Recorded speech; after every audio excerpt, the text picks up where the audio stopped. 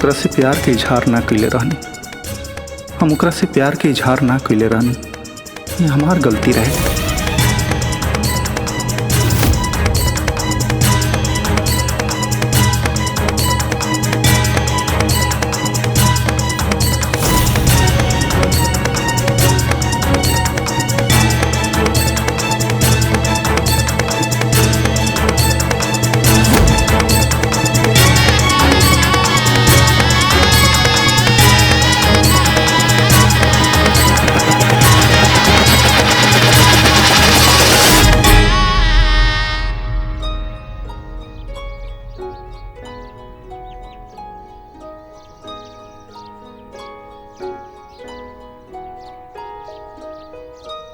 अम्मा जी, आज एकादशी के त्योहार है, यही से हम जल चढ़ावे खातिर शिव जी के मंदिर जाए के चाहतानी।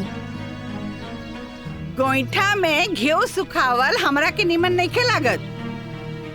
अरे जब हमार बेटे यहाँ नहीं खे तो भगवान शिव जी तो काका दे दी है। अम्मा जी, सब कुछ फायदे खातिर ना कइल जाला। पूजा पाठ करे से मन शांत रहेला। बाकी हम तो ये चाहतानी कि रउआ साथे चली। जाओ तई ढेर पूजवासल बानी ना तो तई जो हमरा के नहीं खे जाए बा। बड़ी आयल बड़ी पूजा पाठ करे, पूजा करे के बा।